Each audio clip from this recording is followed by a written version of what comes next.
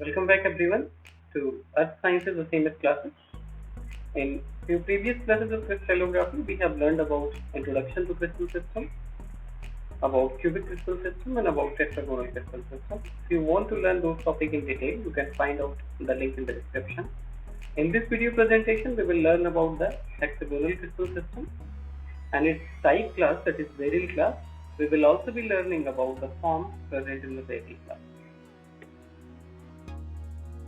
Hexagonal system contains those crystals that can be referred to as 4 excesses, out of which 3 excesses are equal and they are horizontal and they make 120-degree angle to each other, and there is 4th axis that is vertical and it is perpendicular to all 3 horizontal excesses.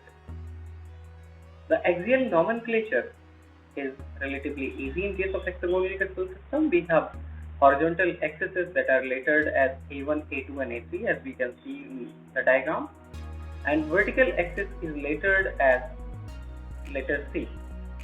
So if we note the position of positive and negative ends of the axes, they are alternate to each other. In the hexagonal crystal system, if we talk about the forms, the unit form is bounded by the faces that cut the vertical axis at a distance that is taken as unit for that axis, and this also cuts 2 horizontal axes at equal distance. Because it cuts 2 horizontal axes at equal distance, the unit form must be parallel to the third horizontal axis. So if you have to write down the symbol for the unit form, this may be written as 1 not 1 bar 1, because the symbols are written in hexagonal system as A1, A2, A3, C. So if you are interested in obtaining the axial ratio, this is obtained in same manner as in tetragonal crystal system. So there are different types in hexagonal crystal system. We have hexagonal division, we have trigonal division, and we have rhombohedral crystal system as well. So now we will look for different type classes in the hexagonal crystal system. So now we will study about the type classes or symmetry class of the hexagonal crystal system. How these are named? They are named after some characteristic minerals that belong to the class. And we can see in hexagonal crystal system we have beryl type class, we have calcite type class, we have tourmaline type class, and we have quartz type class. In beryl type class we have 7 planes of symmetry, 7 axes of symmetry, and a center of symmetry. In axis of symmetry, we have 6 two-fold and 1 four-fold axis of symmetry. In calcite type, we have 3 planes of symmetry, 4 axes of symmetry, and 1 center of symmetry. In tourmaline type, we have 3 planes of symmetry, 7 axes of symmetry, and no center of symmetry. In quartz type, we do not have any plane of symmetry, but we have 4 axes of symmetry, out of which 3 are two-fold axes and 1 is three-fold axis, and there is no center of symmetry. Beryl type or dihexagonal bipyramidal class. If we talk about the symmetry elements in this particular class, we have clearly one horizontal plane of symmetry and 6 vertical planes of symmetry, in which we have 3 diagonal planes and 3 axial planes passing from A1, A2, A3 and the diagonal plane, 3 diagonal planes. If we talk about the total planar symmetry, so we have 7 planes of symmetry in this class.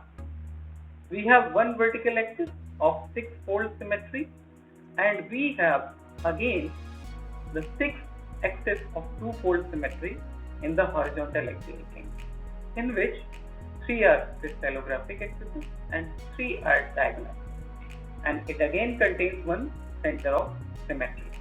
If we talk about the forms and their symbols, first order contains symbol 1 not 1 bar not, because this form cuts 2 horizontal axes at unit distance and it is parallel to the third axis, and it is again parallel to the fourth axis as well.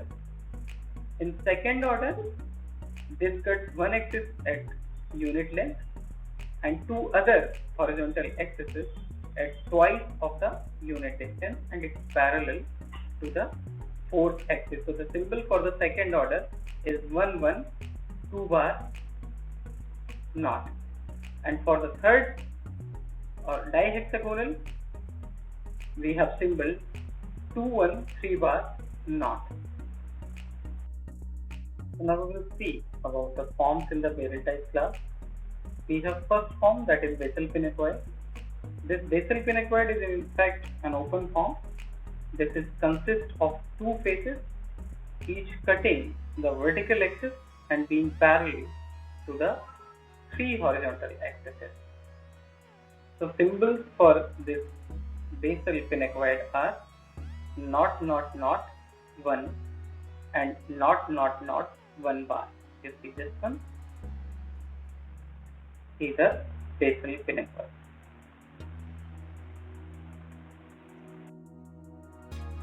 The second form is hexagonal prism, 1 1 2 bar naught, or the second order hexagonal prism. This is again an open form. It consists of 6 prism faces. If you talk about the individual face, each face is parallel to the vertical axis and it cuts one of the horizontal axis at unit distance and other two horizontal axes at twice of this distance. So you can see this relationship in this diagram.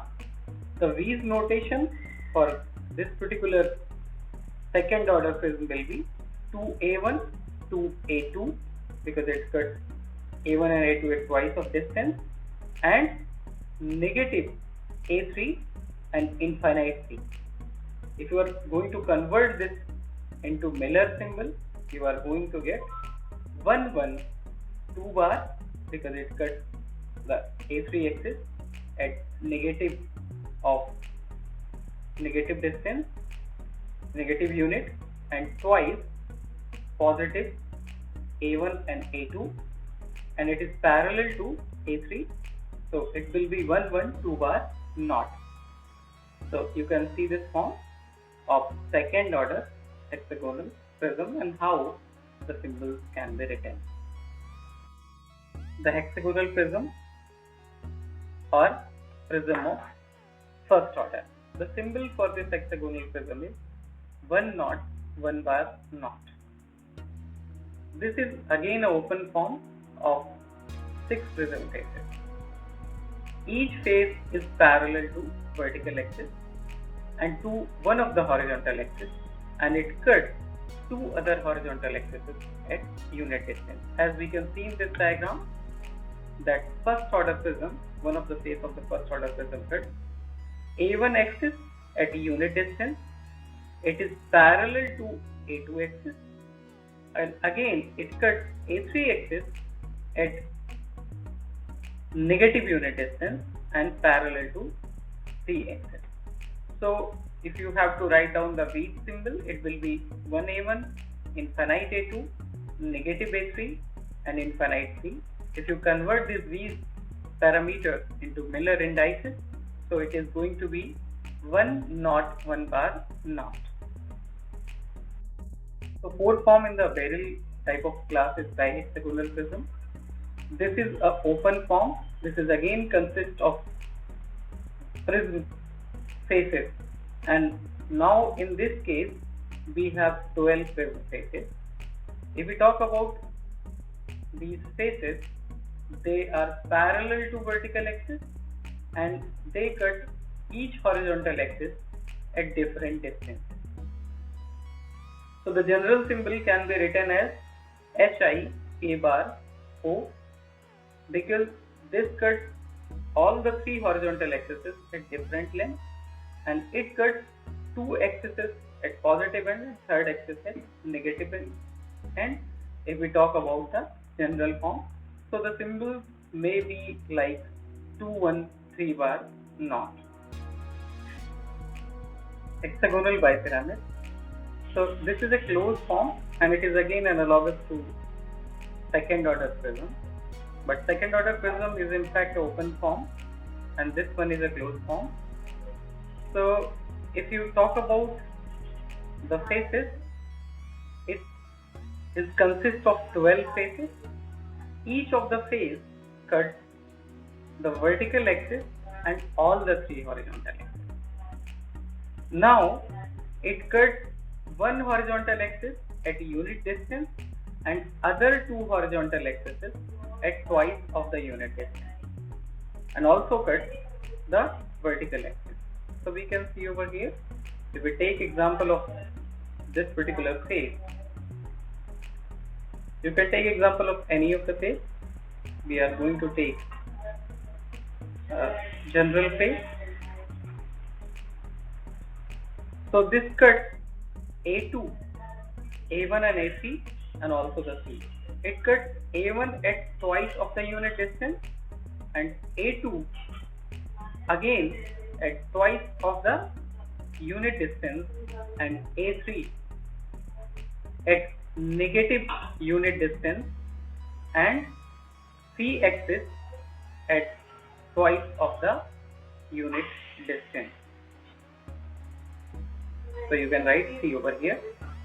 Now this is the V's parameter.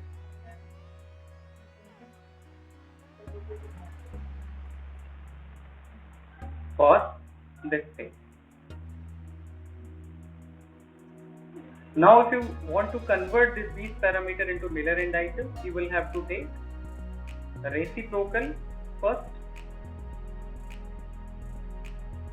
and then clear the fraction. So this will become equal to 1 by 2, you omit these letters, 1 by 2, negative 1 by 1 and 1 by 2. So now you clear the fraction. So if you multiply it by 2, you can clear the fraction. So this becomes equals to 2 by 2, 2 by 2, negative 2 by 1 and 2 by 2. So that's how we get 1, 1, 2 bar for the negative and 1.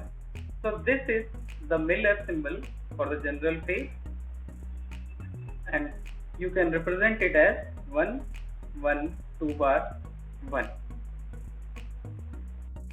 Similarly, our next form is hexagonal bipyramid, and this has given symbol H not H bar L. So this is again a closed form, and this corresponds to first order prism. It consists of 12 like faces. Each face cuts 2 horizontal axes at equal distance, and it is parallel to the remaining 1 horizontal axis, and it cuts the vertical axis as well. So the general symbol for this form is H not H bar L. You may have forms like 1 not 1 bar 1, or you may have other forms like 1 not 1 bar 2 or 2 not 2 bar 3. You can calculate the B's parameter and Miller indices by these diagrams. The last form in the Bessel class is dihexagonal bipyramid. So this form is a double 12-sided pyramid, as we can see in this diagram. Each face cuts the horizontal axis at an equal distance and also the vertical axis. So the general symbol for dihexagonal bipyramid is H K I L, because it cuts all the axes at different lengths, and typical form may be 2, 1, 3 bar 1. So these are the references which have been used during preparation of this video presentation. So up to now we have learned about introduction to crystal system, in which we have studied all the crystal systems in brief, like isometric or cubic crystal system, tetragonal crystal system, hexagonal, trigonal, orthorhombic, monoclinic and triclinic crystal systems, And in detail, we have studied the cubic crystal system, in which we have studied the Gallina type, and tetragonal, in which we have studied the zircon type. If you want to learn those topics, you can find the link in the description. In this video presentation, we have learned about the hexagonal crystal system and beryl type class. In the coming video presentation, we will be learning about the calcite type of class and another crystal systems like orthorhombic, monoclinic and triclinic. If you have any query, you can ask in the comment section. And if you are liking these videos, please like, share and subscribe. Thank you. Jai Hind, Jai Bharat.